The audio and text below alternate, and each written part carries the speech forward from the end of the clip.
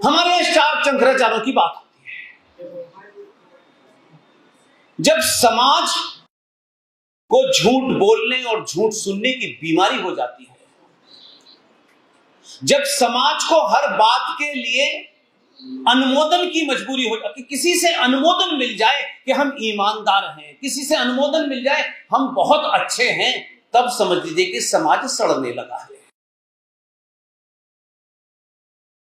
हम इतने लालची और बीमार हो चुके हैं अंदर से कि आज ये समझने लगे कि सत्ता का परिवर्तन ही सब कुछ है।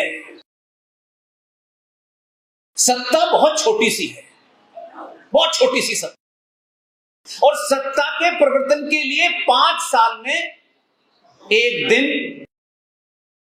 दिन का 1 घंटा, 1 घंटे की 1 मिनट और 1 मिनट के 30 सेकंड चाहिए होते हैं। 5 साल में जो समाज विदेशी आक्रांताओं से, कभी गोरे आए, कुछ गाड़ी में आए, कुछ ऊंट पे आए, सभी आते रहे। हाँ, इन 5 सालों में दिन भर आप ब्राह्मण हैं, ठाकुर हैं, बनिया हैं, अगड़ा हैं, पिछड़ा हैं, यादव हैं, सब कुछ है, इसमें होने में बुराई भी नहीं है। लेकिन लगातार अब 47 के बाद के भारत को भी देखें तो इस जनरेशन ने बहुत सारी ऐसी चीजें देखी हैं जो उससे वो सहमत नहीं है। हमारी गिनती ज्यादा है, उसके बावजूद भी हम 5 साल में जब वोट देने जाते हैं तो 30 सेकंड के लिए सनातनी नहीं बनते, तब भी हम ब्राह्मण, यादव, ठाकुर बन के ही वोट देते हैं।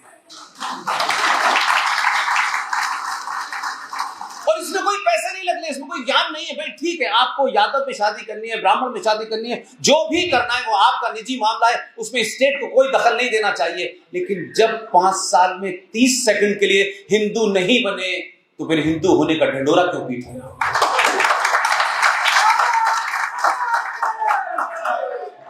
आप सब कुछ हैं, आप बेटी की शादी करेंगे तो आप क्या ढूंढते हैं? संस्कारवान लड़का मिलना चाहिए। कितनी उसमें गाड़ियां हैं, मेरी बेटी को विदेश ले जाएगा। हम में से कितने लोगों ने अपनी बेटी के लिए वर ढूंढते वक्त ये ध्यान में रखा हो कि हम ऐसा पुरुषार्थी मर्द ढूंढें जो इस बेटी की फिजिकल, मेंटल और सोशल हिफाजत कर सके। हम ये नहीं ढूंढते, हम गोत्र के अंदर गोत्र के अंदर गोत्र ढूंढते हैं। वो गोत्र वाला पत्नी पे जब हमला होता है तो बचाता नहीं है, भाग जाता है। इसलिए आप किसी भी चीज में 0 से लेके ऊपर तक पूरा समाज झूठ में डूबा हुआ है। और रोज इन कहानियों को सुनाएगा, आज सूटकेस में मिली है, आज फ्रिज में मिली है, आज हम दिल्ली से यहां गए, हम कानपुर से वहां चले गए। ये सबको पता है। हजारों लोग सच बताना भी चाहते हैं आपको, लेकिन आप सच सुनते हैं फिर सोचते हैं मैं इसमें क्यों भूमिका निभाऊं, मेरा क्या जरूरत है? और लोग हैं ना, और लोग भी यही सोच रहे हैं। हमने अपने समाज के हीरो को चुनते वक्त उसमें जातियां तो ढूंढी हमने।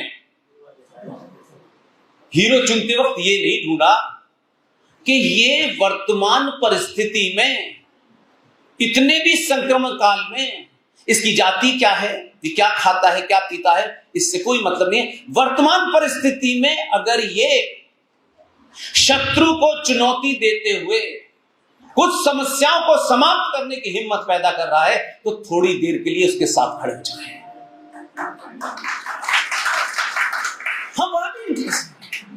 हम ये चाहते हैं एक राजा आए, राजा सब कुछ कर दे, लेकिन हम दूध में यूरिया मिला के बेचे क्योंकि ज्यादा पैसे कमाने हैं। तब हमको ध्यान नहीं आता कि ये दूध कौन पिएगा, ये दाल कौन खाएगा, ये चावल कौन खाएगा। ये सीमेंट में बालू मिलाकर के बिल्डिंग बनाने वाले नहीं सोचते, क्या कहते कि इसमें रहने वाला सनातनी हिंदू है वो मारा जाएगा। हम हिंदू क्यों होना चाहते हैं?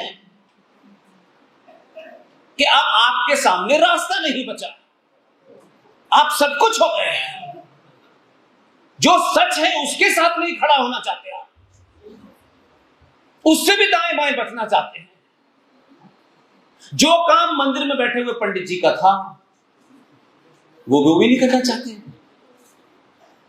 जिन्होंने कहा हमने संन्यास ले लिया है जीवन से और गेरुए वस्त्र धारण करें, वो एमएलए की टिकट लेने की लाइन में लगे हैं।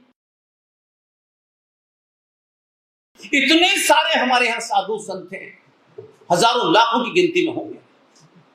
आप सब जानते हैं, डीके भाई ने बताया कि मैं अलीगढ़ मुस्लिम विश्वविद्यालय में पैदा हुआ, लेकिन मेरे देखने का तरीका दूसरा है। पालघर में साधु मर जाएं, कुछ लोग टेलीविजन पे आकर के साधुओं के मरने का बदला लेते हैं।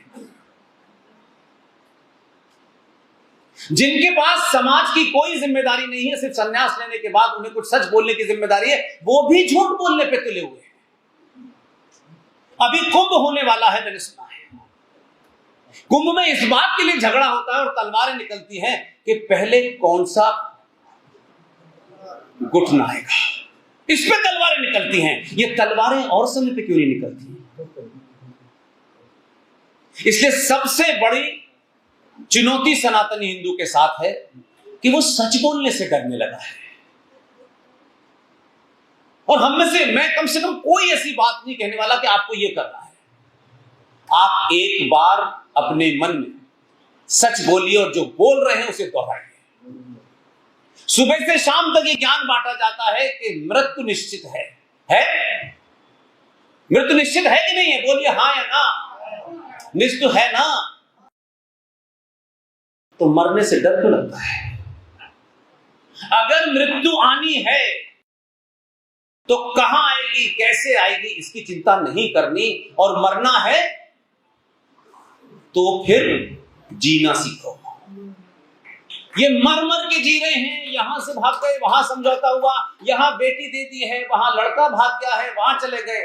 जो लोग मर मर के जीना चाहते हैं उनसे मेरी विनती है वो आज ही मर जाए, ताकि एक चैप्टर तो क्लोज हो जाए। हम जिंदा हैं, किस बात के लिए जिंदा हैं? आप एक भीड़ हैं, भीड़। हर कोई आता है, आप ही की बोली लगाता है, क्योंकि आप भीड़ हैं। और भीड़ कभी कुछ कर नहीं सकती, इसलिए उस भीड़ की बोली आपकी मार्केट में लग रही है। कोई शर्मा जी और वर्मा जी और ठाकुर साहब अगर एक दूसरे की कोई छोटी मोटी बुराई कर दें, कोई हल्की बात कह दें, तो 3 दिन तक नींद नहीं आती कि मेरी शान में गुस्ताखी हो गई है, ठाकुर साहब ने ऐसे कैसे बोला। हम तो बड़े रईस लोग हैं, हम तो बहुत महान लोग हैं भाई, हमारे बारे में ऐसा बोल दिया। आपका दिन 4-5 दिन इसी में निकल जाएंगे कि यार मेरे बारे में इतनी हल्की बात कैसे बोल दी। लेकिन पूरा समाज यहां खड़े होकर के इस्लाम की बात, मुसलमान की बात हम सब कर सकते हैं, उसमें कोई नई बात नहीं है। इतिहास ये बताता है कि अगर आपको अकल नहीं है, करना क्या है ये भी समझ नहीं आ रहा, तो शत्रु से सीख लीजिए। हम वो भी नहीं करना चाहते, इसलिए हमने दुकानें शुरू कर दी, दुकानें बनी हुई हैं, और हम समझते हैं कि हमारी दुकान बच जाएगी तो सब ठीक हो जाएगा, इनकी दुकान बच जाएगी तो वो ठीक हो जाएगा। और धीरे धीरे धीरे धीरे आपकी स्थिति ये आ गई है कि जो काम आपको सरकार से कराना था वो तो वोट देते वक्त आपने सोचा नहीं, और जो काम खुद करना है उसके लिए चाहते कोई और करे।